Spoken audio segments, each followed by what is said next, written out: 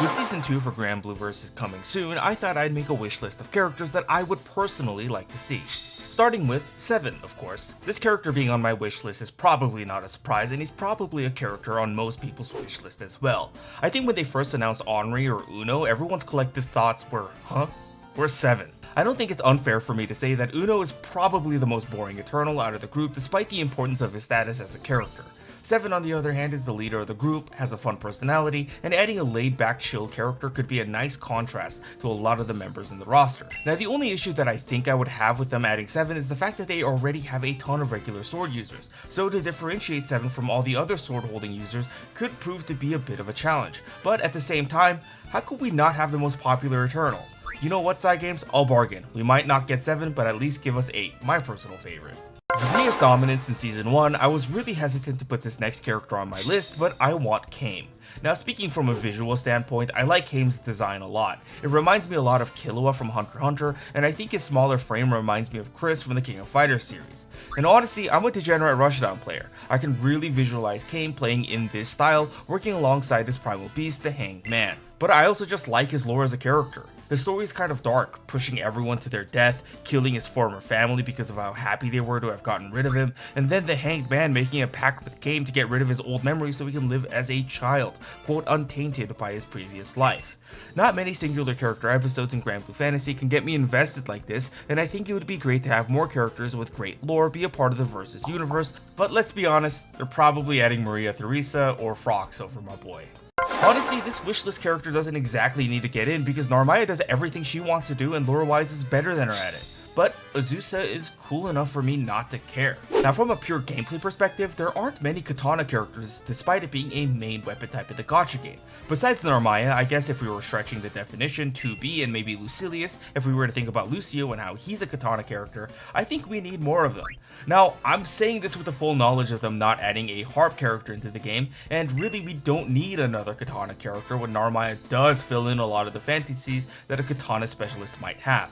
But the edgy 13-year-old in me likes the cursed blade aesthetic, she has cool official art, and I just want more katana characters so I could pretend to be Virgil from the Devil May Cry more often.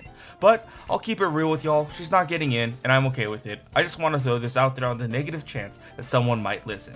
Add Albert first though, Cygames. Without a doubt, Ilsa is getting into Versus. It's just a matter of time before she does. She honestly might not even be in Season 2, but instead Season 3 as the DLC pass seller because she's just that popular. For crying out loud, she has both a summer skin and a yukata ult, and you don't give that treatment to a female gacha character unless she's that stupid popular. They probably made so much money off of them. On top of this, Society is a really popular group amongst the Granblue fans because the women in the group are hot and the men are even hotter. Therefore, I imagine her being played kind of like Eltnum from Under Night, having a bullet reloading minigame that can either buff her damage like it would in the gacha game, or get special properties on how the bullet acts like Eltnum. I don't know. One thing I do want her to avoid is to be like Happy Chaos from Strive and his auto-aiming bullshit. Now, that's really wishful thinking of course. I'm sure Cygames is already hard at work on drafting ideas for her because there's no way she's not getting into the game, whether that's in Season 2 or way later out into the future in Season 3. This ship has already sailed, but I wish to be ignorant and believe, but id would be sick in Granblue Fantasy Versus. I genuinely thought they would do a tie-in character into Versus with id being the playable character, but I guess they want to keep Relink and Versus separate, which is understandable. And this ship has already sailed, there's a 0 to 1% chance that id gets in now, but I just feel like it was such a waste to leave id for just the Relink games and never really bring him into the different Granblue IPs. And while an install super isn't any good in Versus because of how the Brave counters work, I just want to become a cool Dragon Man and punch people all while listening to Kenjiro Tsuda's voice, the hottest voice in the industry. But like I said, the opportunity has passed. It is probably stuck in the Relink games, but if there's ever a chance, I would like to see him in Versus. Puppet characters from games that are made or published by Arc System Works are a mistake, which is why Zato is still in the 7th Circle of Hell and will never get out. But despite knowing all this, I want Orchid to be in the game. When Cygames announced Nier as their first playable puppet character all the way back before Rising's release, it caught me by genuine surprise. I genuinely thought Orchid would be the first puppet character in the game because, well, she's an actual puppet that also has a bigger puppet that she uses as a weapon. And maybe it's my love of BlazBlue speaking here, but I can genuinely see her moving around like Carl Clover, maybe just not as stupid oppressive. Plus, she's incredibly relevant in the first part of the Granblue storyline alongside the Black Knight that I thought for sure Orchid was going to be a part of the new roster. But alas, I was wrong, and I could only hope she gets in as DLC, or maybe not. Puppet characters are, after all, a mistake. Sylva is a character that I want because she's cool and because I think she's attractive, but I'm also conflicted putting her on this list because I don't really like playing ranged characters. It's really funny because in every genre but fighting games, I prefer playing characters that can abuse big ranges. It's why I've become a Caitlyn main in the unfortunate League of Legends game, and why I tend to play rangers or mages in games like Path of Exile. I think in fighting games, I just like to get in there and scrap it out, but Sylva, by profession being a sniper, cannot do that.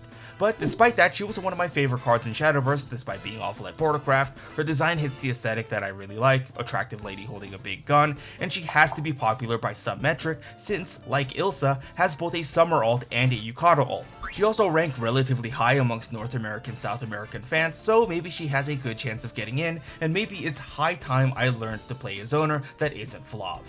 Next wishlist character was gonna go to either Helel Bel Shalem or Lucio, but when I really thought about it, I figured it was gonna be really redundant with both Lucilius and Beelzebub being in the game.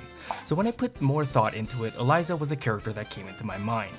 At this point in time, we only have one martial artist character, Soris, who's known for his immaculate punching strength, so a character that can contrast the punching is Eliza with her kicking. And from my understanding, she does have a lot of fans because of how early her inclusion was into the Granblue game, and an original one at that didn't borrow from Cygame's previous title, Rage of Bahamut.